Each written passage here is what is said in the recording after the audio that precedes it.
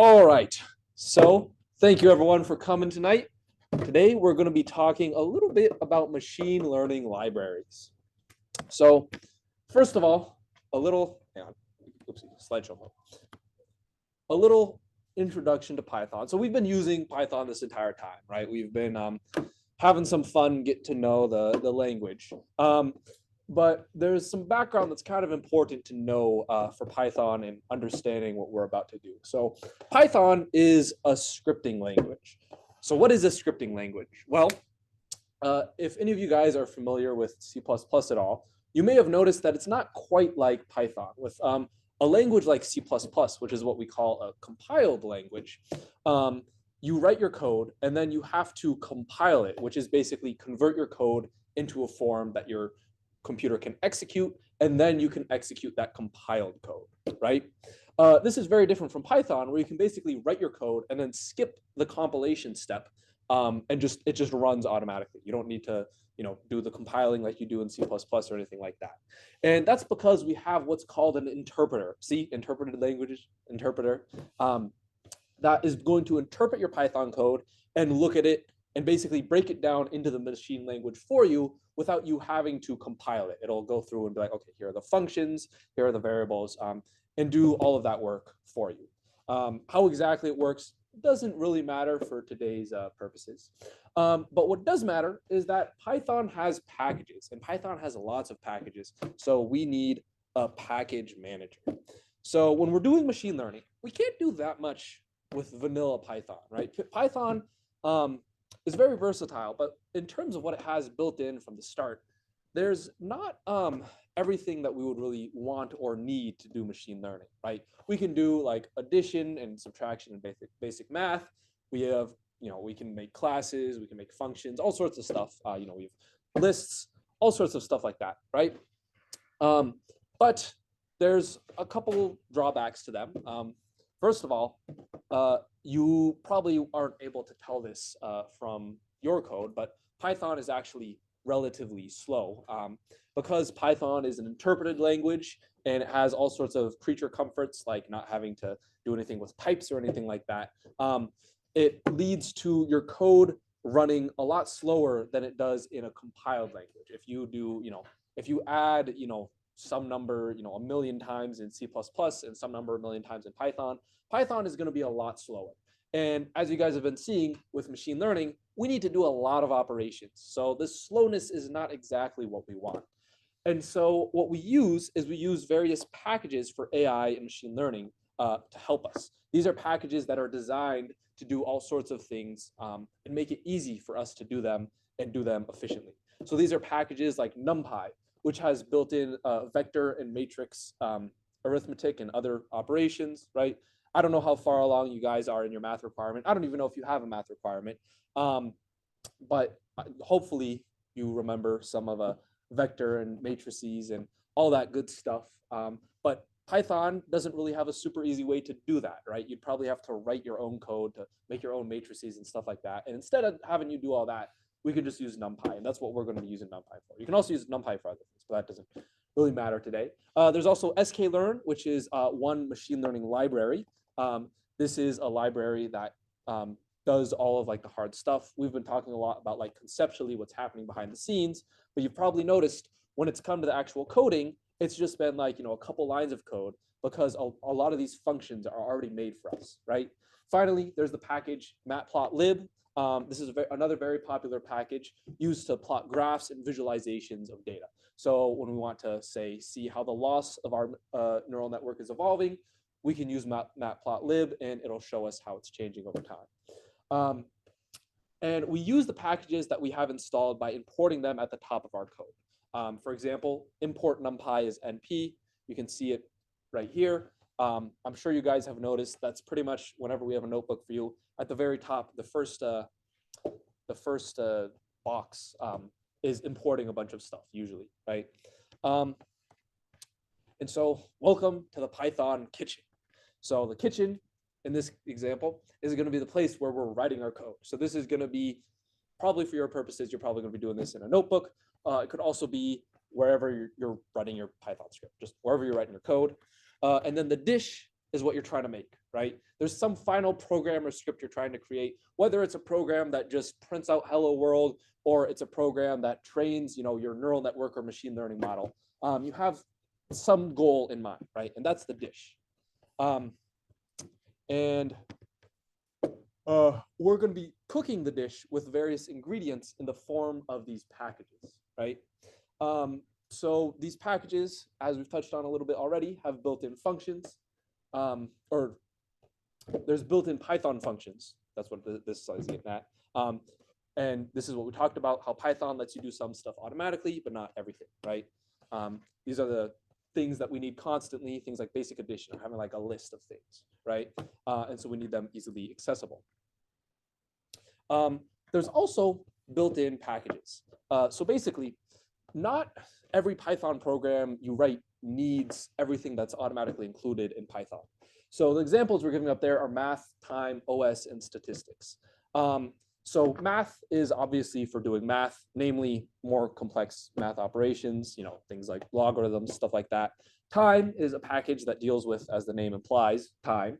OS deals with dealing with the operating system. So things like, opening up files, or, creating a new file you do using OS. Statistics is used for statistics. And these come built into Python, but we still need to import them. And the reason why we still need to import them is for efficiency reasons. Basically, not every single Python program you're going to write is going to care about what time it is. Not every single Python program you write is going to need to do stuff with statistics, or it's not going to need to open up files. Only certain types of programs need to be able to do what these packages let us do. And so instead of having all of these packages added on, which would add like a lot of bloat and make things make it less efficient, we can just say, okay, we're going to have this here so you can use it by default, because these are pretty common for you to use, but they're not common enough that we need to be able to use them in every single Python program. It's not like a variable. Like you're going to have a hard time writing any sort of Python program without like having a variable. So you want that functionality to be included by default. And so in our kitchen analogy, they're like the pantry, the fridge, or drawers, because they're still very often useful, but they're not used as frequently as like knives, or like a pot and pan, or like salt, right? These basic building blocks of cooking. Finally, there's a sort of package that you have to install. So this is something that doesn't come pre-installed with Python. These are coming, some people online are keeping up these packages, and we need to install them off the web. And so we do this using pip, or you can use a different package manager, but pip is probably the most common. It's the one that's built into Python. And it says, okay, if you have a package somewhere online, like NumPy, like we talked about, or scikit-learn, PyTorch, both machine learning libraries, these don't come pre-installed with Python, but we still want people to be able to use packages that aren't pre-installed. So we're just going to make a way for people to do that using like pip, right? And so to think about it in the kitchen, sometimes you're making a dish and you need a certain ingredient that you don't have, right? If you're making, I don't know, like lamb, you probably don't have lamb on hand, so you need to go to the store and get yourself some lamb, right? And so I'm not quite sure what this slide was saying. Package managers and virtual environments. You don't really have to worry about these for right now. If you've used Python before, you may recall doing pip install, whatever your package is called. As I alluded to, pip is the package manager that comes installed with Python. But because we're going to be doing this mostly in a notebook, it sort of takes care of the package management and the virtual environment for you. So we don't really need to worry about it for right now. So just to define some quick vocab for you guys, libraries. That is a compilation of functions and routines readily available for use. Actually, before I go any further, does anyone have any questions? I know I've been going a little bit fast. No, we're doing good? All right. All right. So compilation of functions and routines readily available for use. Why do we care about libraries? They're very indispensable for most things that you use Python for nowadays. It prevents us needing to write redundant code over and over again. So this is the basic idea that's underpinning all functional programming, that if you have code that you use a lot, instead of writing the same code a lot of different times, we want to be able to write it once and then use that same code every other place, right? It also has other benefits, like if there's a bug in it or you need to change how your function works, you can just change it in one spot instead of having to change it in a bunch of different spots, right? And example use cases include text processing, graphics, data manipulation, and scientific computation. All these are very common use cases for libraries. So some popular libraries for Python, NumPy. So as we've been talking about, or yes, go ahead.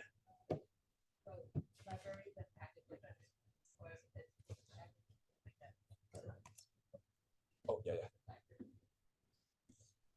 Sorry. You said you weren't sure the difference between package and library? Or is it package just used kind of stuff that their way to understand?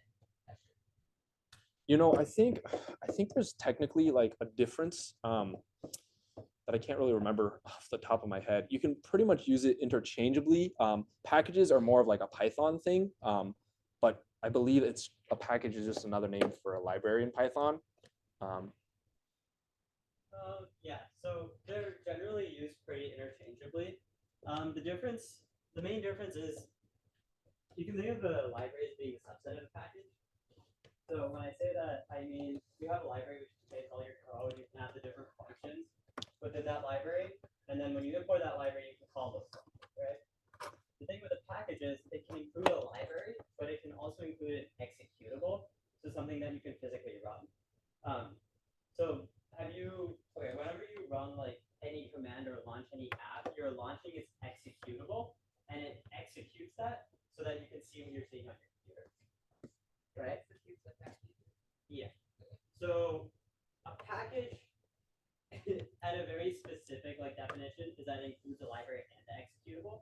Generally in Python, you're not going to be using executables, so you don't need to worry about that though. Yeah. And then also from a couple slides before, Python notebooks.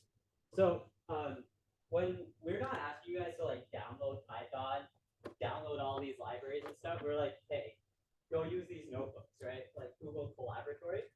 And so the idea with a notebook is that you don't have to do any setup at all. So generally when you run Python, you're gonna have to download the Python interpreter, right? So when you type up your Python code, you can actually run it.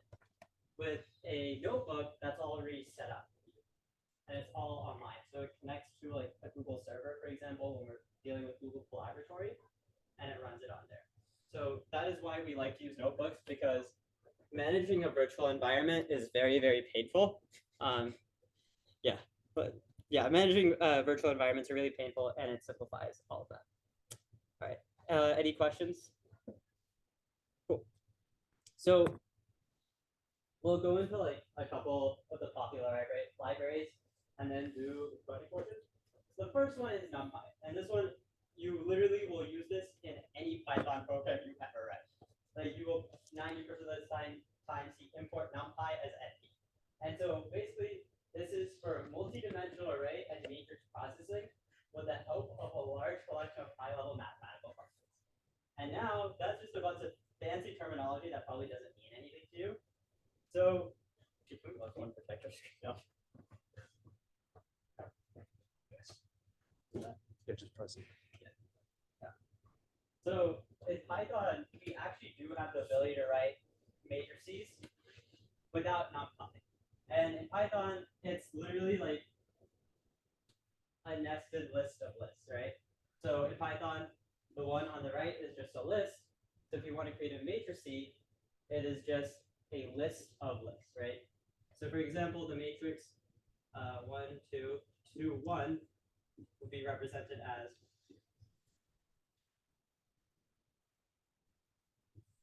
this in Python, right? So you basically take your first row, that is your first list. Your second row is your second list. So why do we really need NumPy? And the entire idea with NumPy is it makes things faster.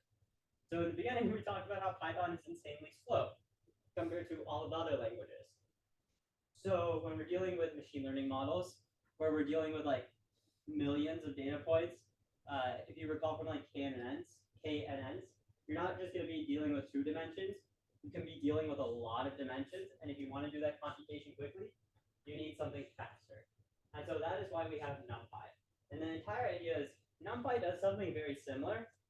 It just uses less memory, and it is faster. So that is why we love NumPy. It makes our lives faster. I think there's like a study done that NumPy is like anywhere from 5 to 100 times faster than regular Python arrays. So, you know, make of that what you will, but it is much better than just using a regular Python array. Right.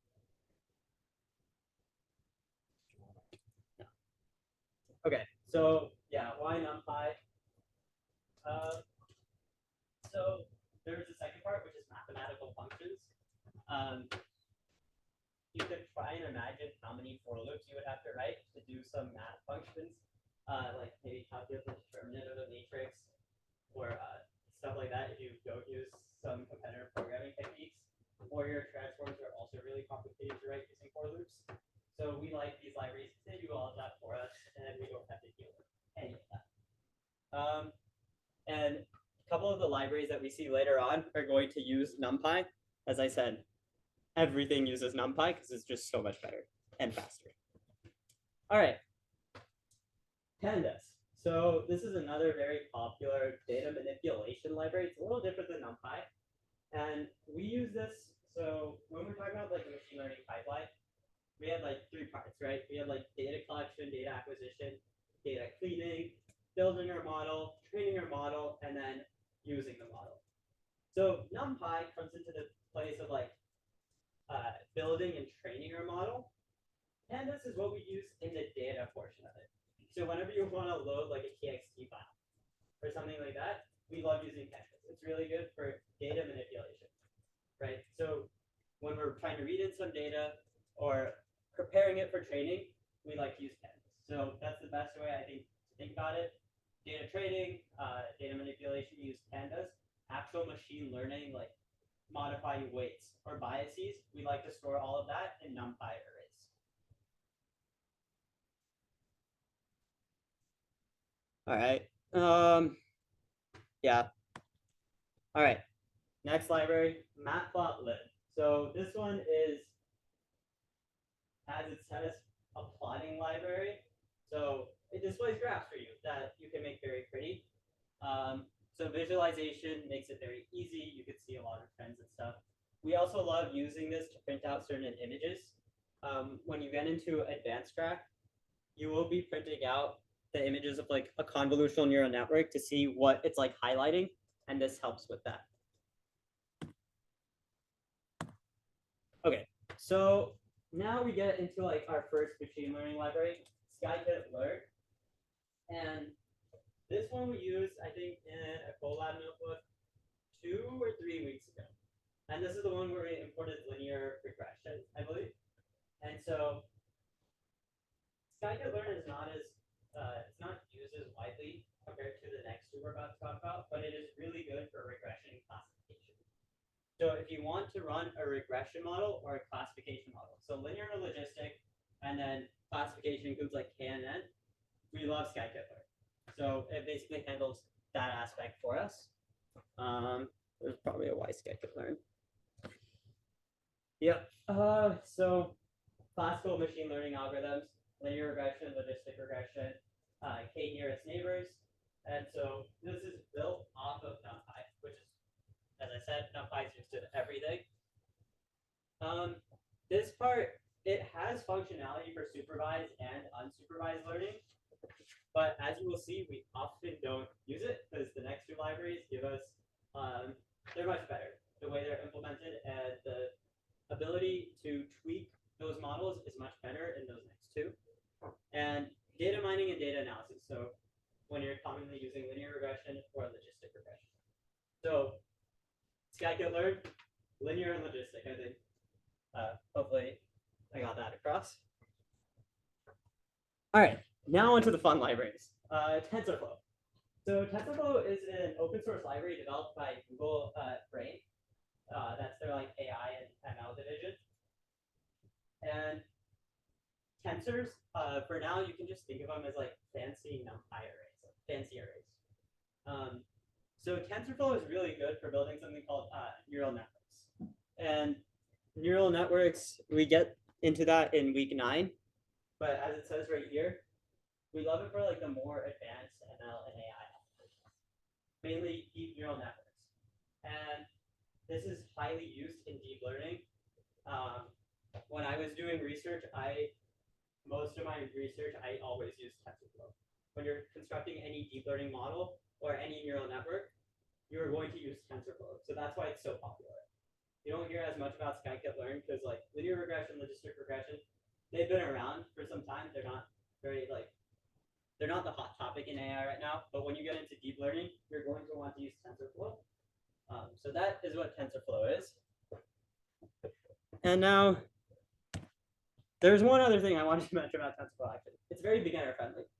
So if you want to get into like neural networks and deep learning after like workshop 9, which is our last workshop about neural nets, you should go to TensorFlow because they abstract a lot of like the difficult details of like defining a neural network for you. So it makes it really easy to get started. You just have to say, hey, I want to add this layer. It's okay if you don't know what that means right now, but you just have to say, I want to add this layer. You don't need to define anything as much about that layer. So it's more beginner friendly. All right, PyTorch is the second big AI ML library. I also use this in my second research lab. This is another one, open source machine learning, developed by Facebook or Meta now, and it is implemented in C with a wrapper in Lua. And so why do we care if it's implemented in C? C is very, very fast. Very fast. So we love faster programs when we're dealing with like a lot of large data. So that is why we care about that. So that is one of the benefits of PyTorch. It is very fast. And PyTorch is used in computer vision and natural language processing. Not as much with neural networks, but it does use quite a bit of neural network stuff. And both TensorFlow and PyTorch use something called like GPU acceleration. So you've heard of a CPU, which is the thing that makes your computer run. Now there's something called a graphics processing unit. That's a GPU. And it's basically what creates all the fancy graphics. And if you ever take a graphics course, you'll learn that graphics is all linear algebra. So it's very optimized to perform linear algebra or work on matrices. And everything we do in machine learning is based on matrices. So we love using a graphical processing unit to make our AI and ML work go faster. So I had mentioned that TensorFlow is much more beginner friendly. PyTorch is a little harder to get into. The reason being is it does not abstract some of those nitty-gritty details I was talking about. And so when you are working with a very specific model and you want to tweak that model in very, very specific ways, you say, oh, I don't like that it's looking at this feature. Let me change that a little bit, or let me add my own personal weights in. Let me see what weights are going on. It's way easier to do that in PyTorch, but the background you need to get to that point is also a little bit more. But once you get into like the PyTorch world and learn how to use it, it is very, very convenient and very nice because of the fine granularity that you can have when building your programs and stuff like that. All right.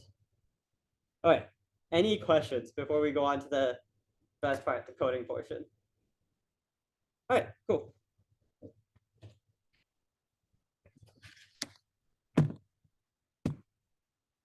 Okay, so now we're going to move on to the coding portion, as Venkat said. I'll leave this link up for a little bit if you want to follow along.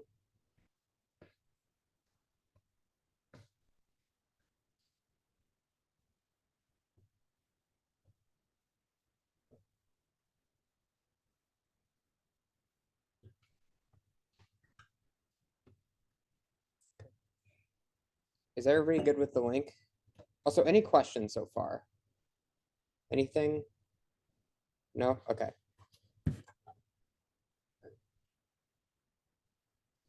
Oh, that's not what I want. Come on. Excellent.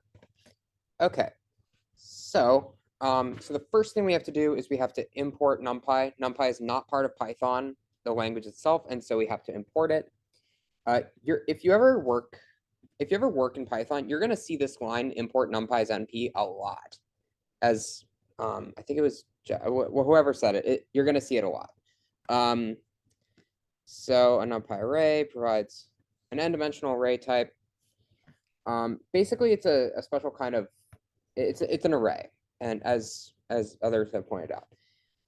So to create a NumPy array, the first thing we do is if you've worked in Python, you might know that normally you don't have to declare a variable type. You can just say like x equals 6, and then it's like automatically an integer. That's not the case for NumPy. We have to explicitly say np.array for this. This np, by the way, that's because we imported it as np. If you wrote import NumPy as like, you could literally write pretty much anything here, as long as it's not a keyword. And you would say whatever that thing you wrote dot array. So let's run that. And so this returns the shape. So as we see, it's there's no number here, but it's 3 by 1 because there's 1 row and 3 columns. So that's how we do that. And we can also create a 2D array with something similar.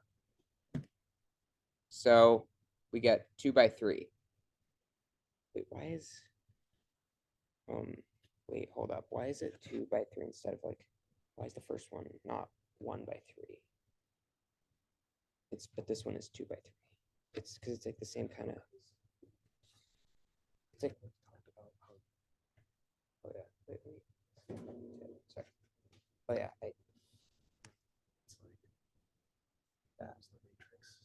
Okay. I get that, but like, if you look here, wouldn't this be 1 by 3 in this case? Why is this That's not? how NumPy deals with one-dimensional arrays. Oh, it's just kind of weird like that. Okay. Yeah, so this is just can you put it down again? Yeah, so it's just a bit of a weird syntax thing with the way it deals with one-dimensional. Yeah, so the reason behind that, I just didn't show you for that, I was gonna say that right then. So you see how these are 2 parentheses right here compared to our square brackets? So it returns something called a tuple. And a tuple in Python is basically, you can think of it as a list that cannot be changed. So when we had like our Python list of like 1, 2, we could say like, hey, change our 1 value to like 5. If we have a tuple of like 1, 2, we can't do that. So basically, when we write a tuple, to indicate that this is a tuple and not just any other ordinary like number that it's returning, we have to place this little comma here. Otherwise, the type is not of a tuple. And so that's why you see the comma right here. Yeah. When we're only dealing with a one-dimensional list. Does that make sense? So by the time we get to like a 2D array, we can see like we have 2 rows and 3 columns, right? This one just says the number of columns. And that is just because of the type that it returns. Summary. Cool. All right, perfect. So we also have an exercise here, which is to create a 1 by 3 NumPy array containing any values of your choice. So I'll give you guys a second to do that.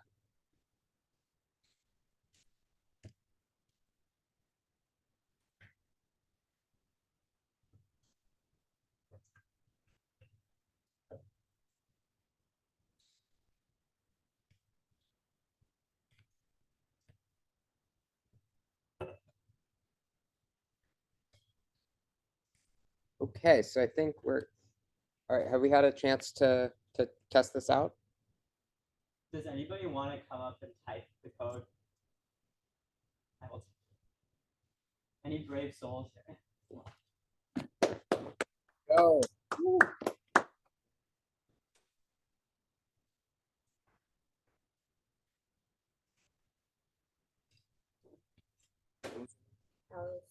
Alice. Allison. Allison. All right, everyone.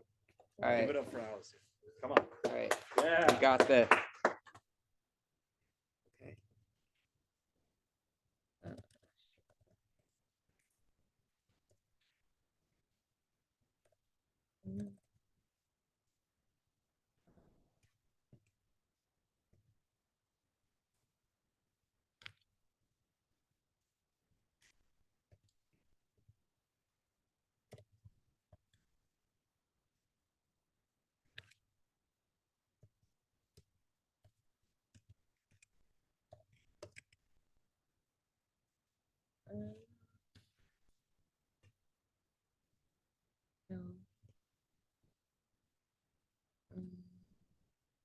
There's two brackets.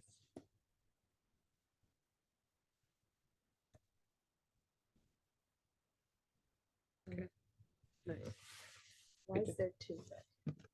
Why is it 2 by 4? Does anybody have any ideas like the- on why Why? that's a 2 by 4? I mean, like, why is it there an extra bracket but outside of this? Well, basically that's like the list. That's like the list of like basically like it's a list of lists basically. Yeah. So basically the reason why so what we create here is a 2 by 4, which is totally fine. But the reason why we have 2 brackets here is that this outer bracket, it's sort of like a list of lists. It's just in a special format with NumPy, but we type it in pretty much inside of these parentheses to say that it's a NumPy array. But as we see here, this represents the first row, and then this represents the second row. But if we do this, it doesn't really make sense if like we have one lit. It's, you know what I'm saying? Yeah, I'm trying. So Yeah, I don't know how to say. So 1 by 3 means we have 1 row and 3 columns, right? And so what we've done here is, if we were to like write this out as a matrix, what we would write is 2, 3, 4, 5. So we already have 4 columns. And then we would also have a second row that says 1, 2, 3, 4.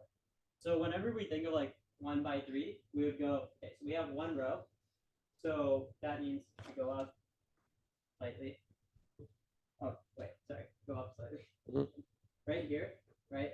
This is like a 1 by 3, right? Because we have exactly 1 column, and I mean 1 row, and we have 3 values within that row, so 3 columns, right? And also, I just realized why. Let's leave that. Modify it. There we go. That's what I was wondering earlier. Yeah. So we won't get into that, but if you guys have questions on why that changes, why we get a 1 now, you can just come up after. But do you guys want me to explain that? Sure. Okay. So remember that we pull this one up.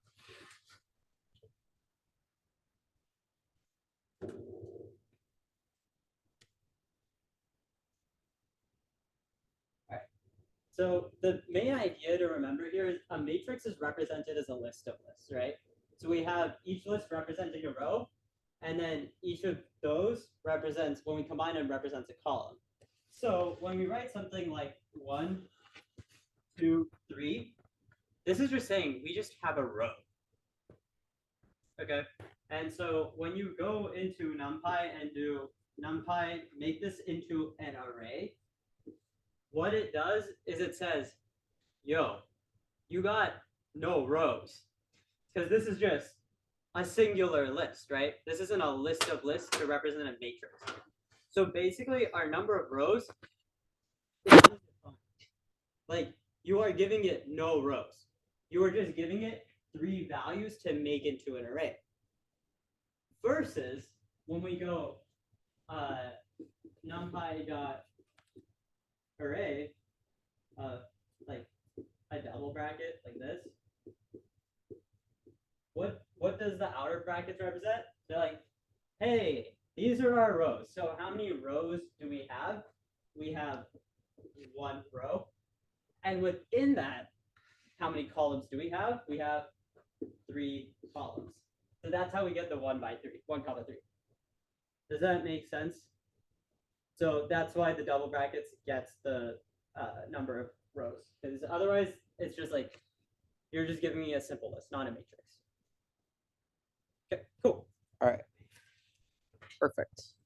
So the next thing we can do is we can, NumPy also supports, actually, I'll wait for this to come down.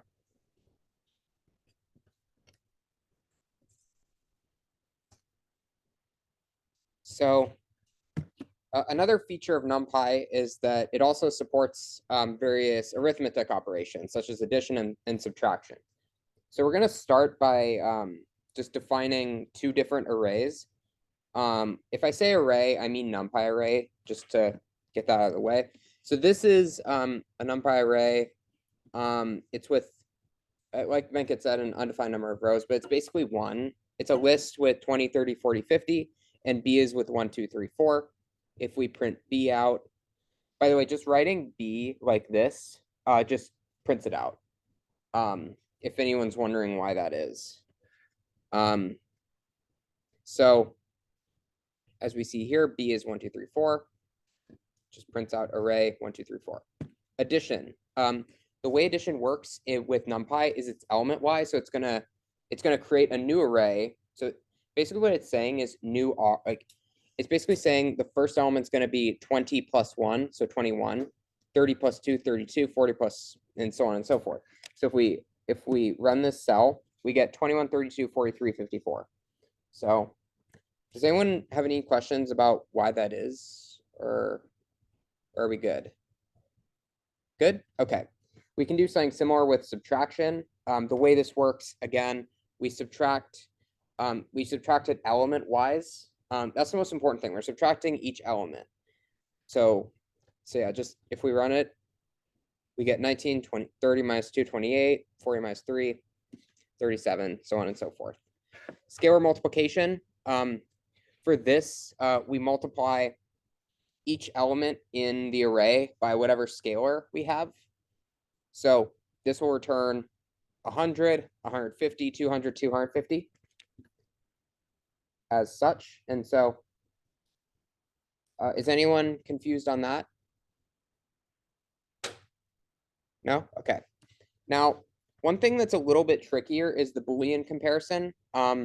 So what this is going to do is it's actually going to return either true or false. It's going to create an array with true, false values, depending on if each element in the array satisfies this condition. So 20 and 30 are less than 35, so those two are going to be true, but after it's going to be false. As we see here, true, true, false, false.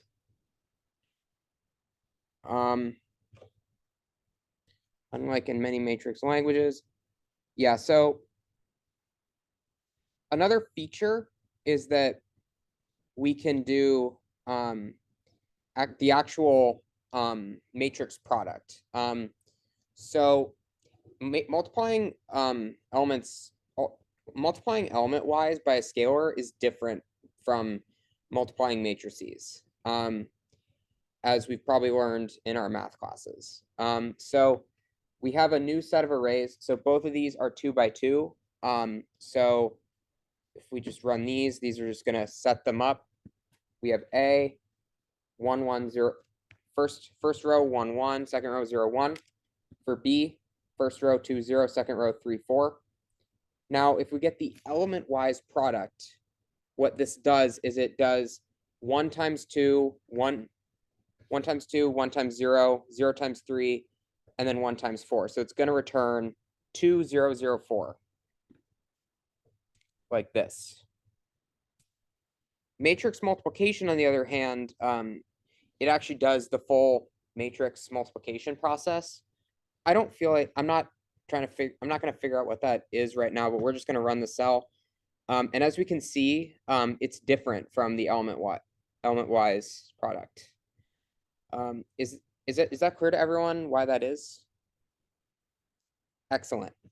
So another note also, this thing only works if we have Python greater than, basically a version of Python that's 3.5 or later. I assume if you download it now, I think it's on what, like 3.11 or something. I don't know the exact number. It's pretty far along. You're probably not going to be on a version of Python that's before Yeah. 3.5. I mean, there are certain cases where you will downgrade to like Python 2 or whatever if you're dealing with like legacy code, like something that's very, very old. But you can just Google that at that point. You'll be fine. Yeah. So we use the @ symbol now for like matrix multiplication. We don't need to make like a NumPy function call anymore. Yeah. So, However, I assume we can still do these in greater than 3.5, right? These two. these things? It Can we? depends Yeah. on what NumPy supports. Yeah, okay. Let's just see. Okay, well, I don't know if these do the same thing, actually. Do they? I'm gonna try. I'm just gonna like create a new cell real fast to see. How do you create a new cell with this? Oh, thank you. Okay, we're just gonna run these two. Matrix multiplication. And yes, they do the same. Oh yeah. I think you have it the opposite way. It's not in my computer. Anyway, so this is the dot operator. It does matrix multiplication with the same way A at B works. And matmul also does the same thing. Are there any questions there? No? Okay, perfect. So many unary operations, such as in computing the sum of all elements in the array, are implemented as methods of the ND array class. So that's like the type of array that is in NumPy. So we can do the sum of all elements. So 2 plus 3 plus 4 is 9. So that's how that works. That's how that works. And now b.min is going to return the least element. So that's going to be 0. Yes, it's going to be 0. And the max is going to be 4. So that's just how. So these are pretty simple functions, I think, but it does it for each. So the important thing, I think the important thing to know here is that it works like it doesn't return it doesn't do like one row. It does like a singular. These functions return a singular element. So that's like the main thing to know there. So these operations apply to the array as though it were a list of numbers, regardless of its shape. But by specifying the axis parameter, you can apply an operation along the specified axis of an array. So for example, we can set up an array like this, which is 1, 2, 3 in the first row, in the second row, 4, 5, 6. Now, if we add axis equals 0, it'll return the sum only along the first row. So we're going to get 6. Wait, oh shoot. Okay, I was mistaken. Yeah, sorry. I was actually incorrect. But so what this actually does, I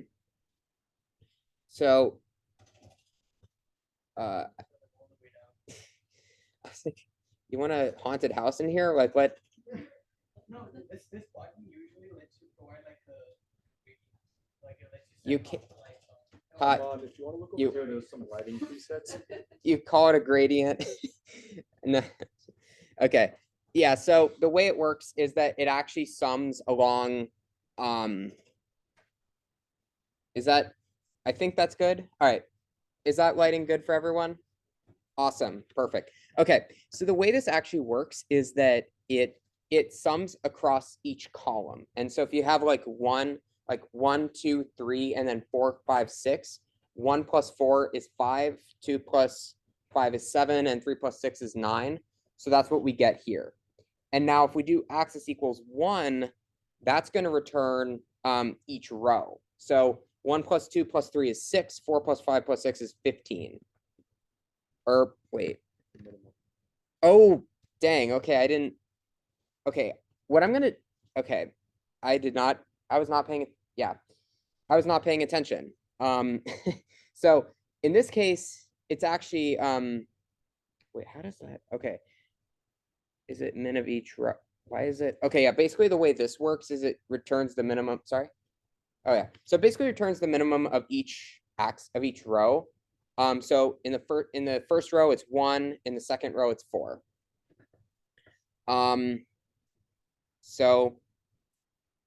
Yeah, so that's that's how it does it for each one. And then for universal functions, NumPy provides some functions such as sine, cosine, and exponent, and they're called universal functions within NumPy. within NumPy, they operate element-wise on an array, producing an array as an output. And yeah, so the way this works is it does it on each element. So if we do np.exponent, I think this is e to the power of, right? Or is it e to the power of or to the power of e? Okay, yeah, so the way it works is it's basically e to the power of whatever number is in that particular cell, basically. And so this is just e, this is e squared, e cubed, so on and so forth. Because it's 1, 2, 3, 4, 5, 6. The square root, similar, except it square roots each number. So it's going to be 1, root 2, root 3, 2, root 5, root 6. 2 because the root 4 is 2. So if you ever needed to know more digits of the square roots, here you go. Sine. Question about sine. Does it do like radians or radians? Okay. Yeah, thank you. There's probably a way to change that, right? I don't know if we need to. Yeah, not important enough. But basically, okay, so the sine function, as we're talking about, it's it does, yeah, so actually it takes it in here. If you hover in Google Colab, if you hover over a function like this, you actually get to see what it takes in. So it sort of gives you an idea of what it does. This can be helpful if you don't know, if you're debugging and you don't know exactly what a function is doing and you think you do. This gives you basically everything you need to know. So let's run this. So this returns the sign of whatever's in there. And I haven't memorized these. I assume these are, I don't know what these actually are in terms of like pi, but yeah. So now we're gonna get into indexing. Are there any questions on this section here?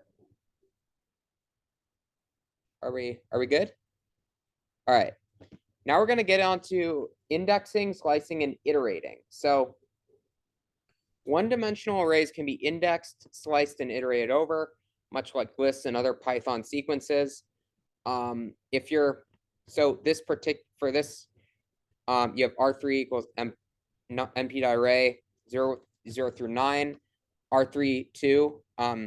Like in C++ and in Python lists, NumPy arrays are 0 indexed. So it starts at 0, and so it's 0, 1, 2 instead of 1, 2, 3. So if we run this, we're going to get the third element in R3, which is 2. And that's exactly what we get. So now we have an exercise, which is to select the last 4 elements in R3. Do they, wait, okay. Do they know like Python with slicing and stuff? Yeah, so we're gonna give you guys a few minutes to work out this exercise here. So you're gonna select the last 4 elements in this array R3 and store them in something called ex3. And just a hint, the syntax for slicing a NumPy array is the same as slicing a list.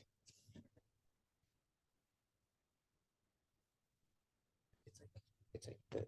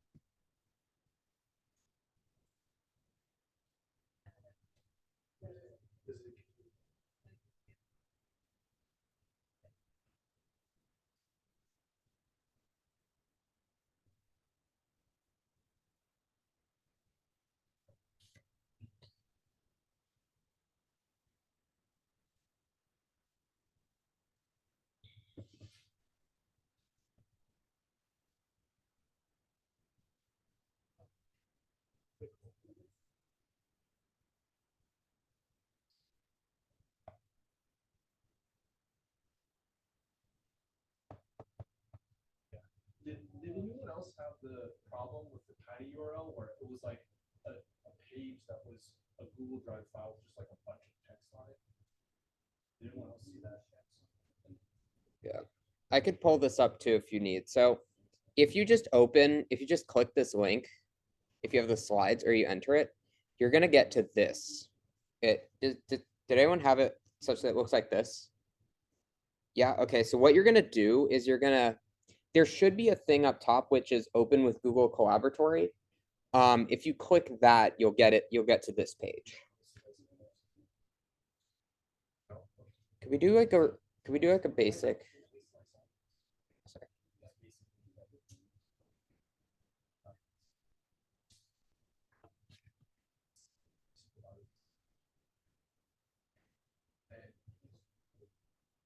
Now, the first value is your start value. If it's not, is your ending value. The last value is basically if you did like one right, you go the rest of the way. So if you like a whole everything next to that's what you handle. This is good. And then save last.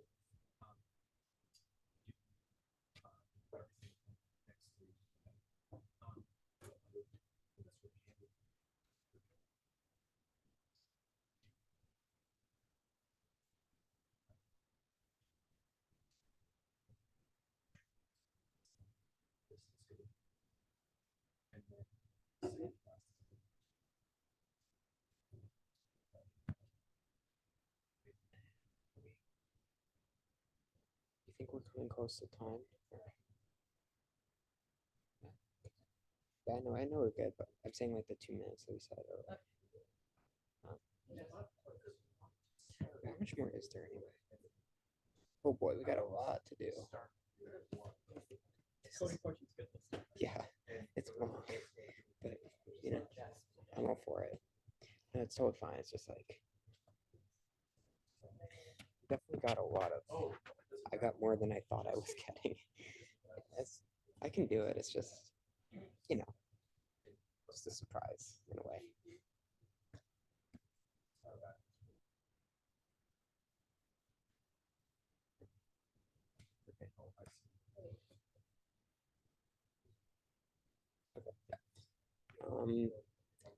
Has everyone had enough time, you think, to work on this?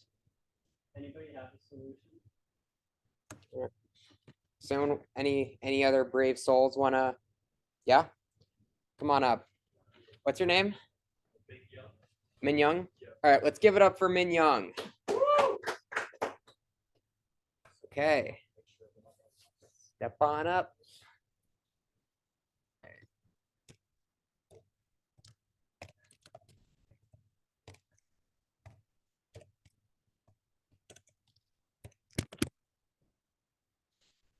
Okay.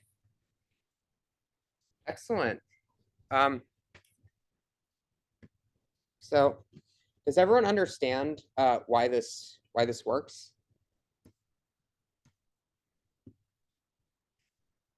Are there any questions on this? Or no? There's one thing I want to say about the negative indexing. Yeah. So this works, but there is actually another way to do this. And this is actually good if you don't know how many. So for this, you can use 6 because we know the size of this array.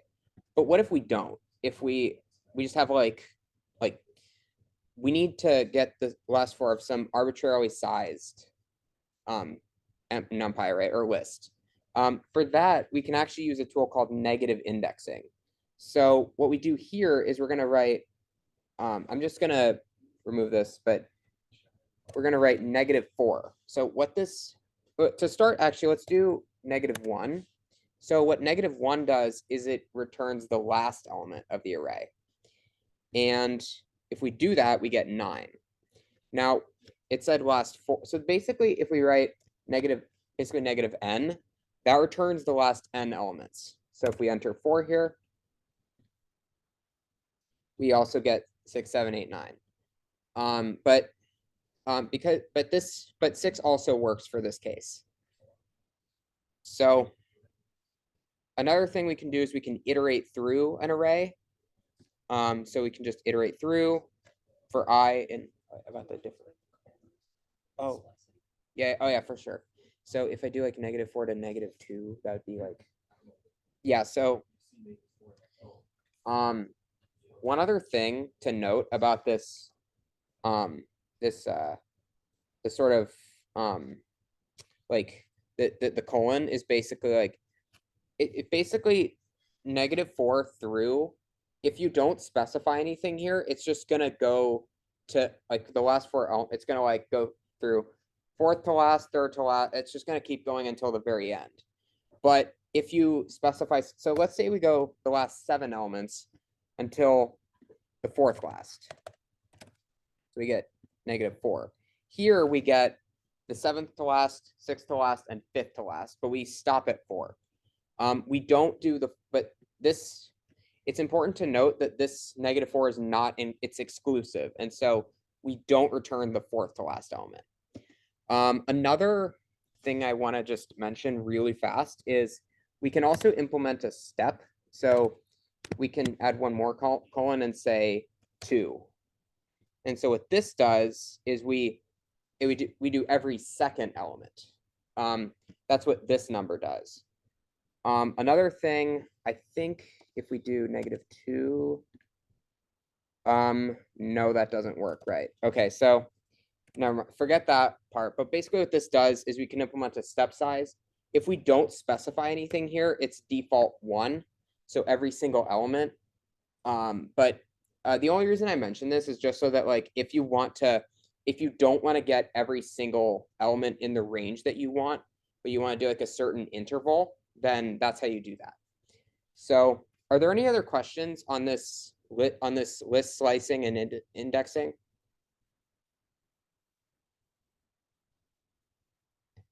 Any, how am I doing on speed so far?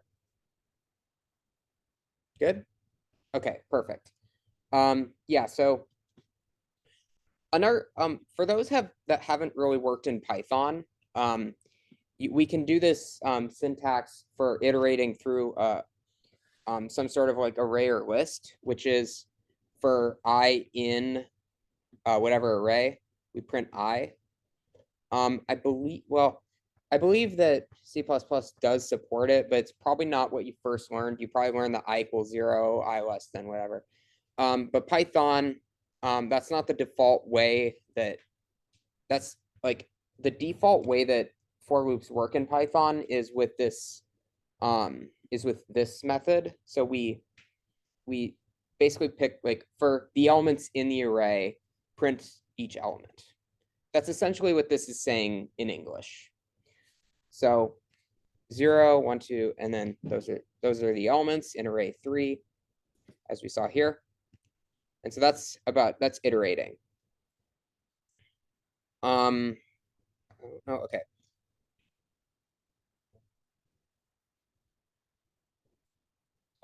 Sure, yeah. Is everyone clear on the iterating through and how that works?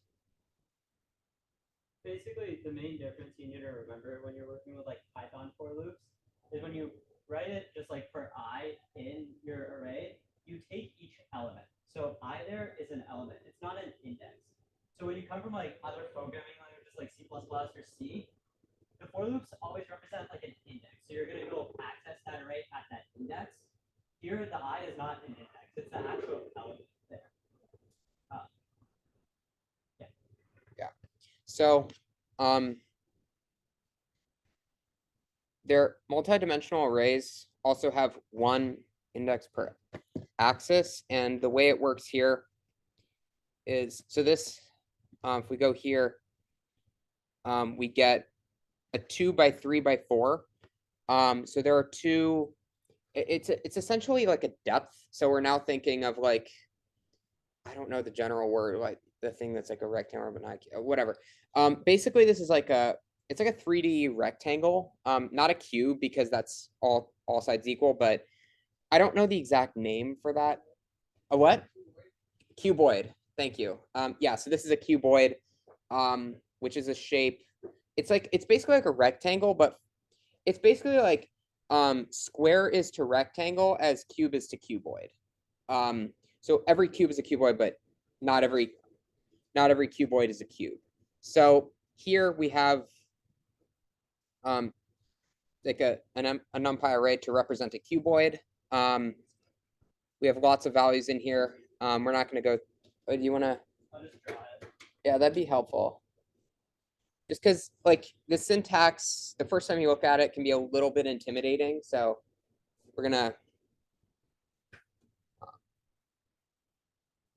Does anyone have a darker marker by any This is chance? gonna be a very bad drawing. I apologize.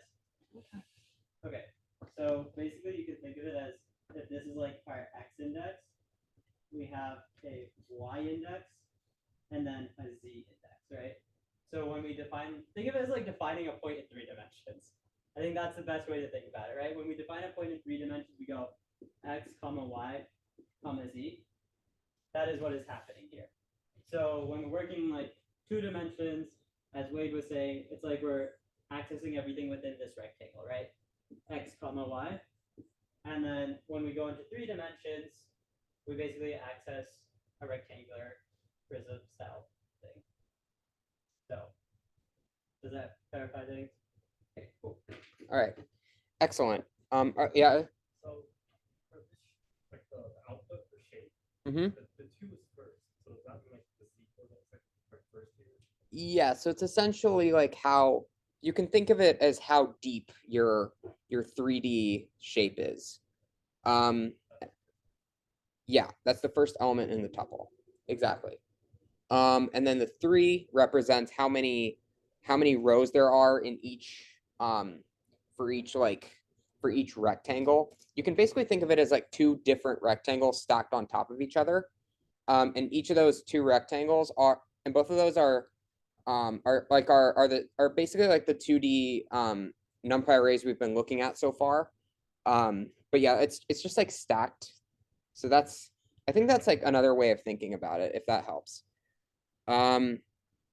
So another thing we can do is we can access an individual element. One thing worth noting here is that the syntax is slightly different from the way you'd like access like a single element in a multi-dimensional array in C++. In C++, you'd have like brackets for each one and then another bracket. And then like if you have 3, you'd have basically like bracket 0, bracket 2, bracket 1. But that's not the case here. We have like our 0, comma 2, comma 1. So we access basically the first rectangle here. And then we access the third row because it's 0, 1, 2. And then we access the second element in the second element of the third row. So this would return 9. I guess I kind of want to do like an exercise real quick. So as an exercise as well, what would this return? Given this, so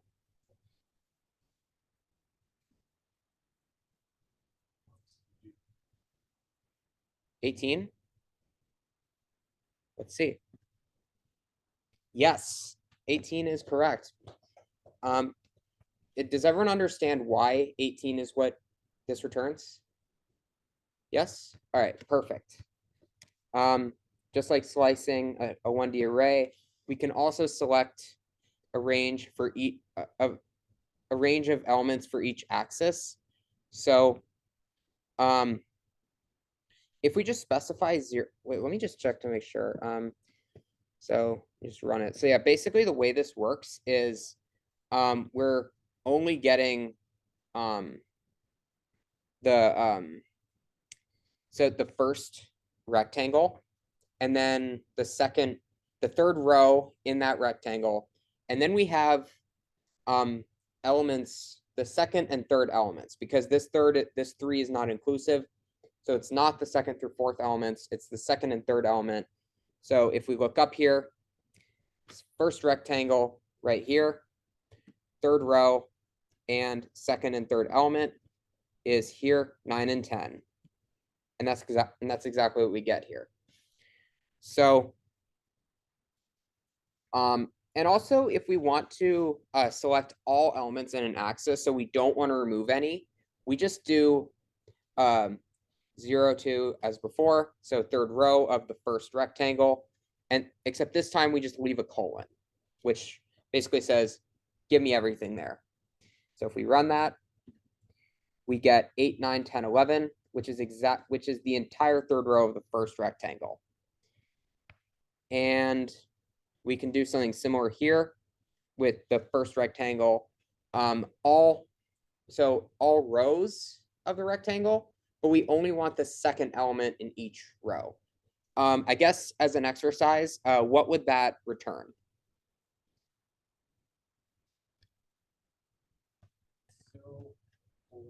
Zero and then the colon. And then I'm just going to write the code here so that 0, colon, 1. So this is the index we're looking for.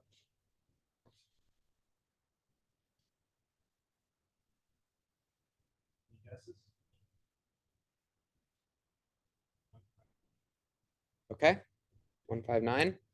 I think, let's see. That's right. Yes, good job. So yeah, the reason why is that everything in, so we want the second column, but in all rows. And so yeah. Another key note is that when fewer indices are provided than the number of axes, the missing indices are considered complete slices. The only question I have is like, which one does it consider which, if like all of them are valid?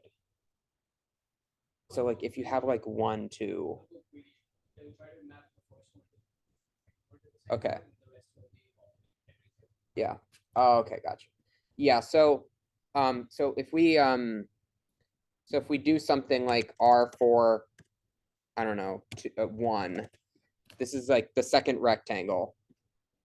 It'll return the second rectangle because it's not going to try to get the first or the second row of both rectangles because it generally tries to map it.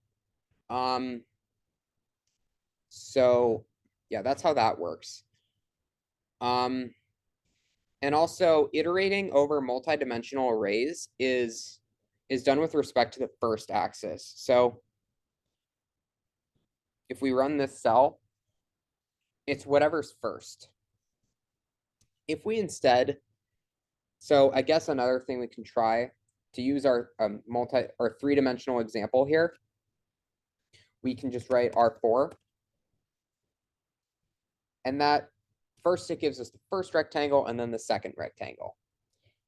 Are there any questions on how this part works? We're good? Okay, excellent. Another thing is if we iterate through, it'll print. So for row in R6, because R6 is is a two-dimensional array, it'll print each row. So what the heck? Okay. What's that? Yeah, so as we can see, the format is a little bit wonky on this one. I don't really know why, but just, okay, wait, let me see. Oh. I think what happens is NumPy, when they're printing it out, or maybe it's a call out, I'm not entirely sure, but basically it prints out 8, 9, 10, and 11, but it prints out because 10 and 11 have 2 digits and 8 and 9 just have 1. It gives 8 and 9 space in front of it to make it so everything is 2 digits. Okay. You don't have to worry, like that's the Yeah. output that we see from that code is completely correct. It just Yeah. Yeah, I think it's also because like only some of the numbers have multiple digits. So not like 8 and 9 obviously only have 1 digit, but 10 and 11 have 2. So that's probably why the format's a little strange. Like for all of these, it's pretty normal, but just those. Another thing we can do is we can, if we want to perform an operation on each element in the array, one can use the flat attribute, which is an iterator over all the elements of the array. So the way this works is we take each row in the array, like, so we have the first row here, right? And then we have the second row here. What flat does is it puts it like, it basically puts it like next to, like behind the first row, and then the third row behind the second. So it creates this one, basically, like you can think of converting like lasagna into a big like noodle, kind of. So if we do that, we get 0 through 11. You can think of it as just getting rid of every single bracket. So it's just Yeah, that's what I was trying to say. Yeah, yeah, it's basically like getting, like we remove the, just we make it one row with all the elements, so it like stacks it on top. Any questions on that part?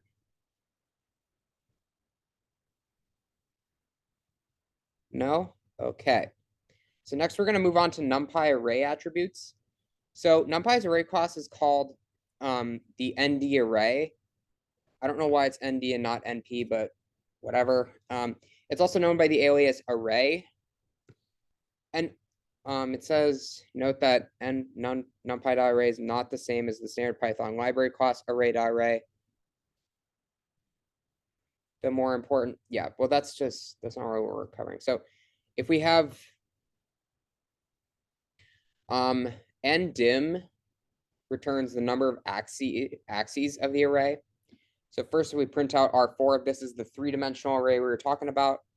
So there's the depth, the length, and there's the number of rectangles, the number of rows, and the number of columns in that order. So if we enter this, we get 3 because it's a 3-dimensional array like we've been talking about. Another thing we can do is we can get ndarray.shape, which basically gives us how basically, like, geometrically you can think of it as the depth, the width, and the length and the width.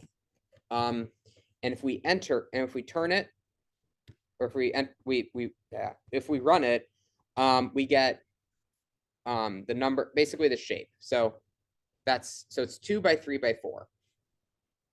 Because there are 3 rows in each rectangle, two rectangles in total, and 4 columns and 4 elements in each row.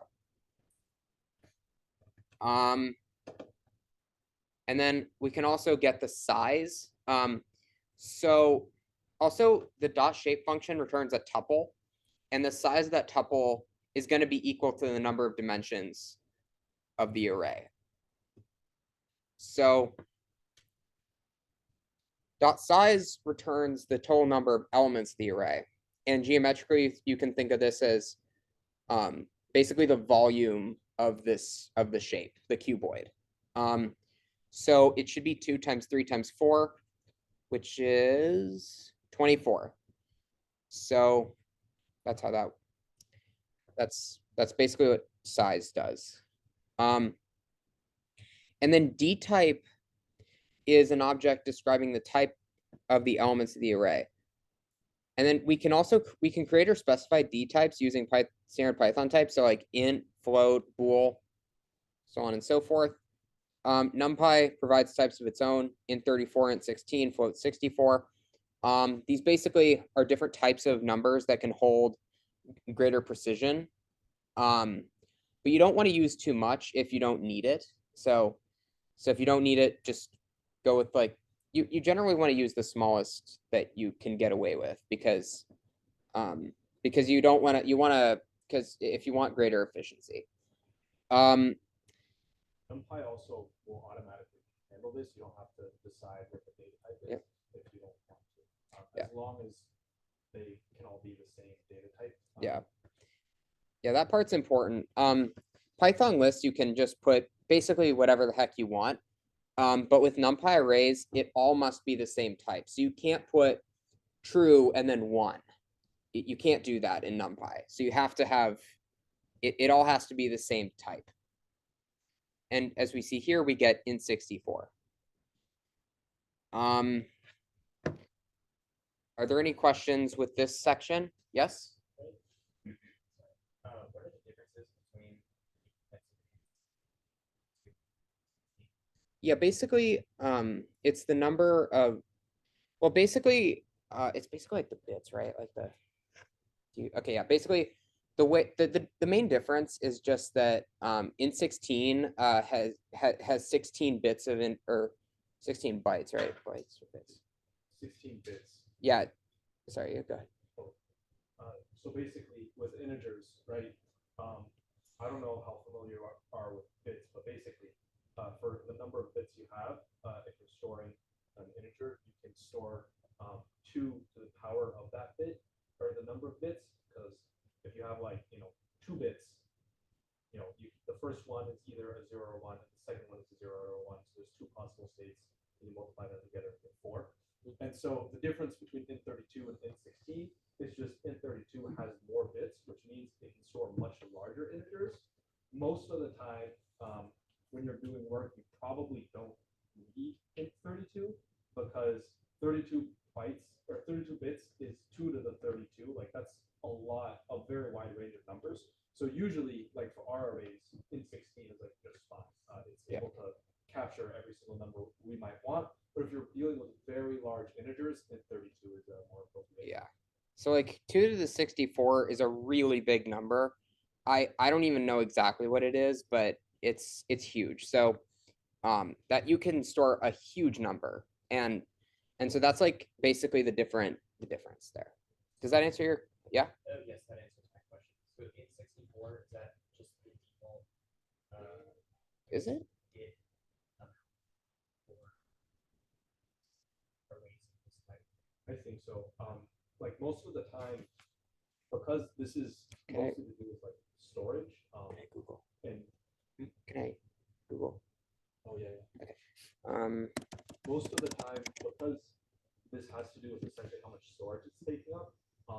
Unless you're dealing with like an array with like a very large array with like billions of different values inside of them. In that case, having a smaller integer size might be relevant, right? Because if you had int32 versus int64, that would be half the size. But in general, if you're just doing like, if you just have an array with like 1,000 different values in it, that's going to be a couple kilobytes at most, which is when we have gigabytes of RAM available to us, it doesn't really matter. So these are features more for when you have very large arrays for when you're doing like a lot of those things. Yeah, I assume. Yeah, I think it's. Yeah, I'm not sure why it's int64 in this case, but yeah, I assume it's. Yeah. Just to add on to that, you will sometimes see that it says float 64 to float 64. If you print out array 4, you'll realize that all of the values are just written on a decimal point after. So the idea of like size becomes a little bit more important with floating point numbers, right? So we have 7 after the decimals. That's why you'll see that float 64 gets printed out, because you may not be dealing with integers that go up to like 2 to the 64, because that's huge. But with floating point, you want like a lot of precision for certain things. So it's an int here because all the data types in array are only integers. But then if you're just changing them, you can see that it's ground. Yeah, that gets important with functions like sine, cosine, and exponent, because like very rarely do those return whole numbers, and so you're gonna encounter numbers with a lot of decimal points. So that's where that becomes important. Any other questions on that section? Okay. So now we're gonna move on to changing the shape of an array. So an array has a shape given by a number of elements along each axis. So we've covered this before. So this array in particular has 3 by 4. Small note, you don't need to do like this enter business. You can if it makes it easier for you to visualize. If it does, feel free to do it. I know like for me, like it makes more like it's easier to visualize this instead of like all in one line as a 3x4 array. But you don't have to. So just a small. Now, the important thing here is that we can actually change it. So the shape of an array can be changed with various commands. So dot ravel flattens the array, and if we do that, we get it basically a 1x12. And so yeah, so basically like it's kind of like, what was the function before? This sort of dot flat function, but I think it's the same thing, isn't it? When you call dot ravel, it actually It changes it. it's a function Yeah, that's important. Yeah. as opposed to. Oh yeah, that's true. Yeah, that's a good. I don't know if it actually changes or not explicitly. I think. Good look at documentation. If my note is right, any dot ravel modifies your initial array and then flatten it thirds. So Is that it? I think roughly, yeah. what that We'll let you guys. and what that would mean in practical terms is basically you could do like for I in array one dot flat, and at the end of it, array one would still have its actual shape, right? But if you were doing that with array one dot ravel, at the end of it, array one would be flattened out. So it's not just returning the value; it's actually changing what array one would be. Another thing we can do is reshape. So what this is going to do is it's going to do 6 arrays with two elements in each row, or 6 rows each. 6 rows and 2 elements in each row. So it's going to be 1, 2, 3, 4, 5, 6, and so on. Something to note though is that these numbers multiplied have to equal the original dot shape, the dot size function, which is like the number of elements. If we don't do that, so if I instead change this to 7, we will get a value error. So it says cannot reshape array of size 12 into shape 7.2 because there are not 14 elements in the array. So just be careful of that. Can we do 5? I don't think we can do 5 either. Yeah, you can't. Yeah, it has to equal that. So you can't just do less than. So yeah, you have to make sure that those two numbers equal each other. There we go. Now, another thing we can do is we can transpose the array. Now, in case you're not familiar with transpose, it's kind of like reflecting it along the diagonal axis. So what we're gonna get after we do this is a 2x6. So there's gonna be 2 rows, but with 6 elements. If I'm not mistaken, it's gonna be 1, 3, 5, 7, and then in the first row, and then yeah. So it's gonna be, so the way it's gonna work is it's gonna be the first column here, 1, 3, 5, 7, 9, 11. That's gonna become the first row of our transposed array. And this other column here with the even numbers is gonna become the second row. So if we run that, oh, wait, what? Oh, right. Okay, dot reshape. I think the reason is that, yeah, it basically did the original array instead of the modified one. So if we do dot reshape 62.t, then we get what I was saying before. I forgot to reshape. You can do one thing you can do if you actually want to like modify. You want to copy the modified array into the original one and just make it the new. What you do is R1 equals R1 dot reshape. And so that actually makes it the new. And so now we don't need this function here. So we just run it and we get our transposed array. So another thing we can do if we're not sure of the of the dimension, we can specify, we can say, okay, like we can give -1 and it'll automatically calculate the number of columns that we need. So if we enter, it'll automatically do 2, as we see here. Now we can also do it as 3 and it's going to do 4 because 3 times 4 is 12. Like that. And as it turns out, that happens to be our original array. Are there any other questions or any questions on this section? 5?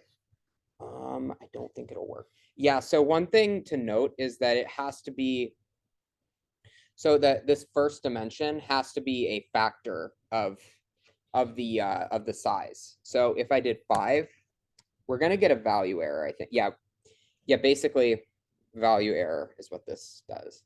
So you can't do that. You have to do, it has to be a factor. Just remember. Okay. There are other ways to create an array. If we don't know the elements, we can just create an array of zeros without explicitly saying np.array 0, 0, 0, 0, 0, 0, 0, 0. We can just do np.zeros. And this creates 10 rows and 2 columns of zeros. So now one thing to note is that there's a point here, which basically is, it means it's a float. You can, I think, do dtype equals, I'm just like trying something. So if you do like, oh, you can't? Oh, what the, okay, that's whack. Oh, you can just do int.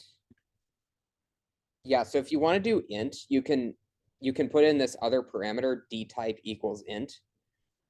You can put float in here if you want as well. It basically just, it'll do the specified type.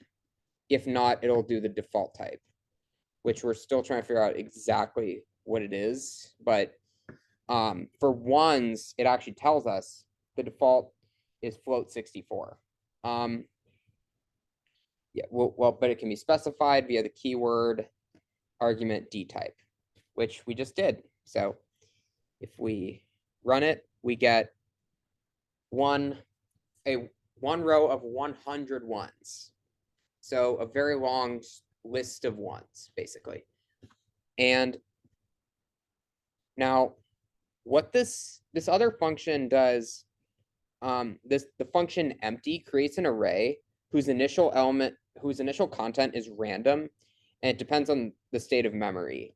So this is like in C++, it's like int x, where we don't know what it is initially.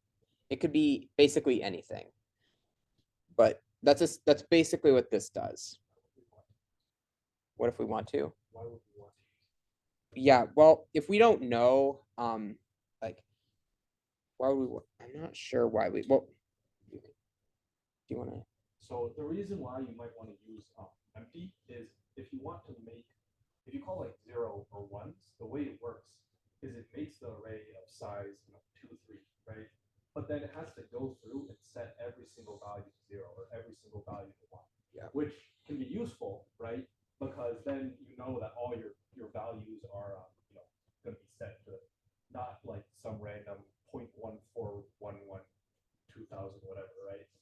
But it is so in that case it's very useful for us to have. But sometimes you might have you might want to create an array and then immediately set all the values, right? So you could do like np.empty 2, 3, and then if you were to automatically run another function that fills in those values for you, you wouldn't want to call zeros or ones because that would just be making the process do extra work to fill in with zeros or ones, only for those to be immediately written over. Yeah. So, as we see here, these numbers here are just they're basically garbage. But But as we see here, we have 5, which is exactly as we specified. And the reason we have points is, again, because it's float. So that's what, so that's the np dot m. Yes? For the other unspecified values, does it just fill in whatever random?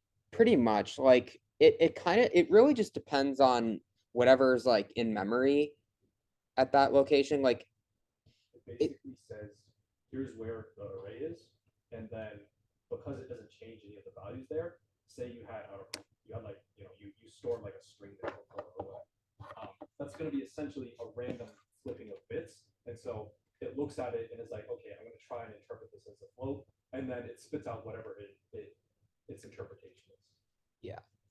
yeah, it's essentially random numbers. That's really, I think, the best way to think of it is just like random stuff. Yeah. Which one? The NP. No, what this does is that's not what this does. So what this does is this actually accesses a specific element in the array. So in the first, so 0 means the first. My question is like the out or the in. It's not guaranteed. Don't make any assumptions about what's in empty. You essentially, whatever you call empty, before you look at any element in the array, you have to set it because it's going to be guarded. Yeah, like it's just, I think we just got lucky in this case, that it just happened to be between 0 and 1. Any other questions with that?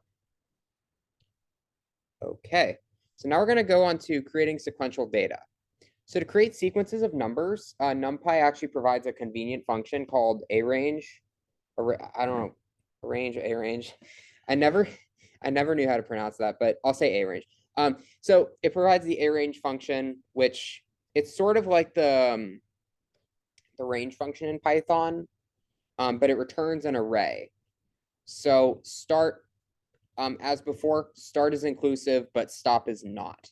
So np.arrange 0 to 10 goes 0 through 9, but not 10 because 10 is it's not inclusive.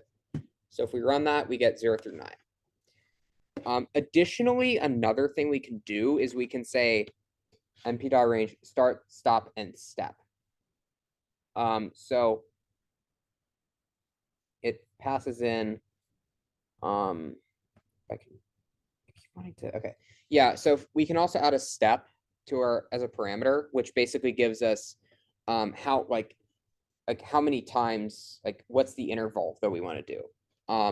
So if we want to do 10 to 35, we get 10, 15, 20, and 25 because it's every 5th number. We can also note that it doesn't have to be an integer. We can also get every 3/10 number. So this gets 0, 0.3, 0.6, 0.9, 1.2, 1.5, and 1.8. Another note that may be helpful is that we can also go in reverse. So to go in reverse, what we want to do is we want the start has to be after the end. So we're going to swap 2 and 0 here. And then we want to make this number negative. So negative 0.3. And now it's going to be 1.8, 1.5, 1.2. Or yeah, so actually no. But it starts at whatever start is. So 2, 1.7, 1.4, down to 0.2. It doesn't do negative 0.1 because that's past the stop. And when a range is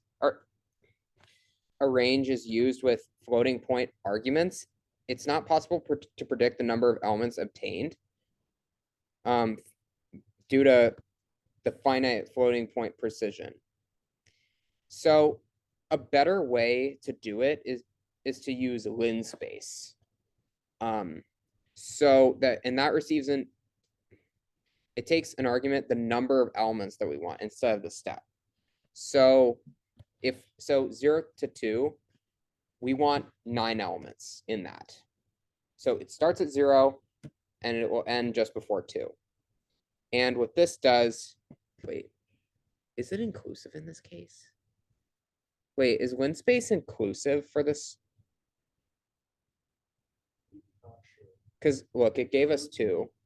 That could be a floating point around it. That's I'm pretty sure linspace is. I'm not. 100% sure. Wait, Amen. Is 2 inclusive here? Because it gave me a 2. But I don't think stop is supposed to. Oh yeah, that's it. Yeah.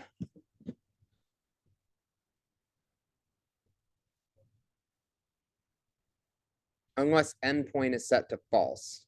So I think with linspace, you can choose whether or not you want to include the endpoint. So you can make it inclusive or exclusive by giving another argument.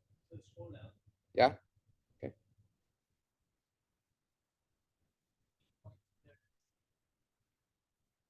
You see the endpoint argument Yeah. that lets you specify if you want the endpoint. Yeah. And there it says, The default is true. yes. Right. So like if we change it and say endpoint equals false, then what we get, then it's not going to include the endpoint and it'll divide it accordingly. So yeah, so that's just how linspace works. Can you also do this for a range as well? I guess I'm just curious, like, can you? I'm just looking it up to see if this thing will load. What the heck? Why is it not? What? Whatever. Yeah, it's.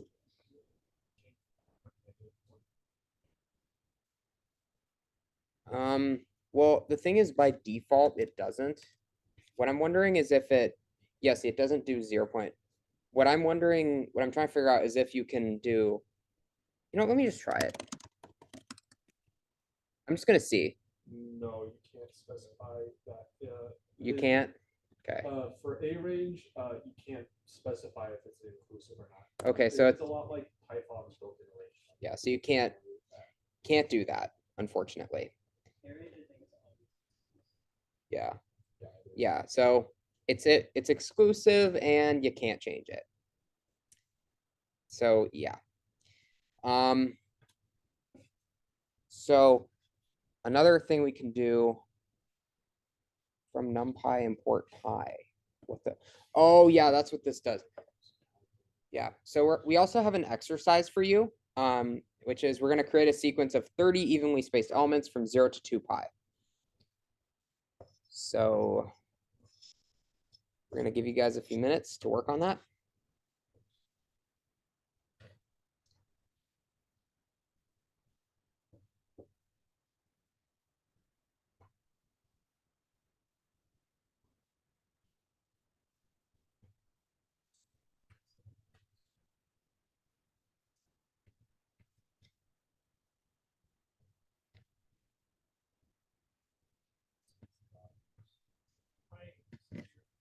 What?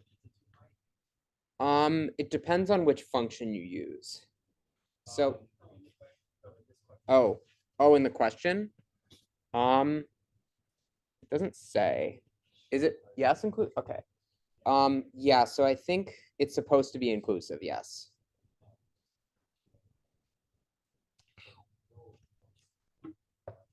Maybe we should. Wait. Could I write inclusive on here as well? Up. Up.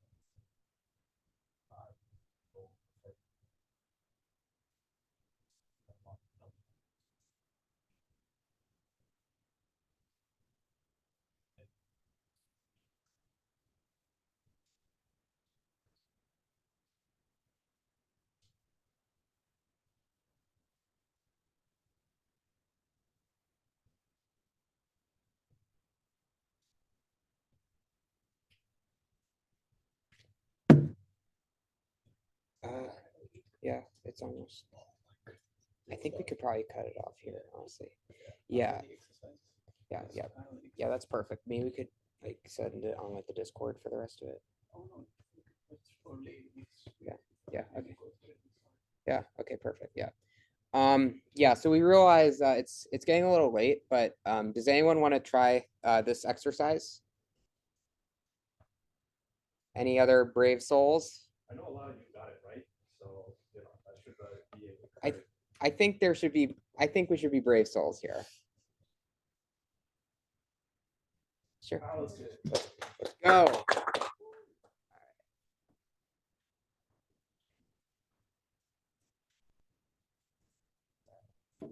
Okay. Okay.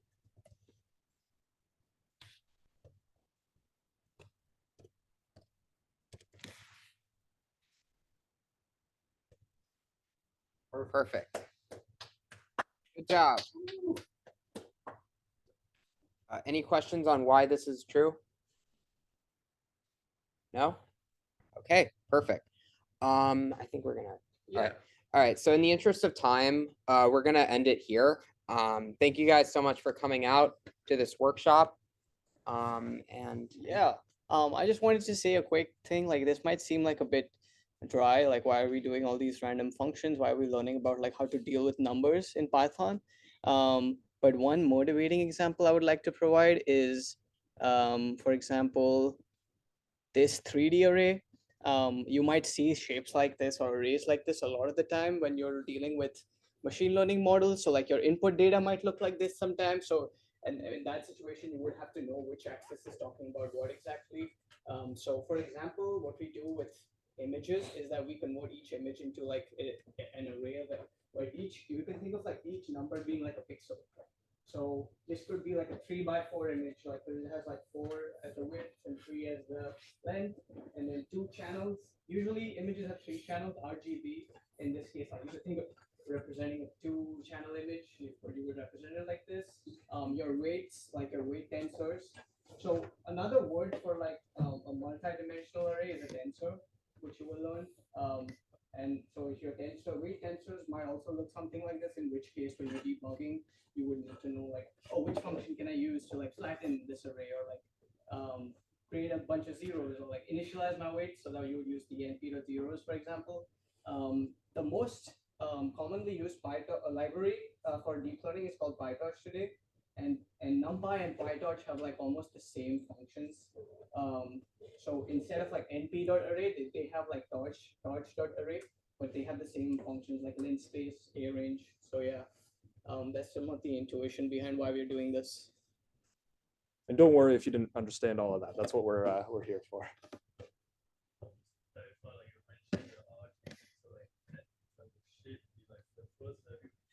Yes, perfect. Yeah. Yes. Yes, indeed. 0 to 255, and that's because pixel values go from 0 to 255. Usually, though, there's this neat trick that people use, and that's called once the model takes in an image, it regularizes the image. So basically, instead of between 0 and 255, it'll squeeze it to 0 and 1 each pixel value, because that's just helpful for the model internally for calculations. But yeah, that was like exactly well. If you guys have any other questions, feel free to stick around. Thank you all for coming. Yeah.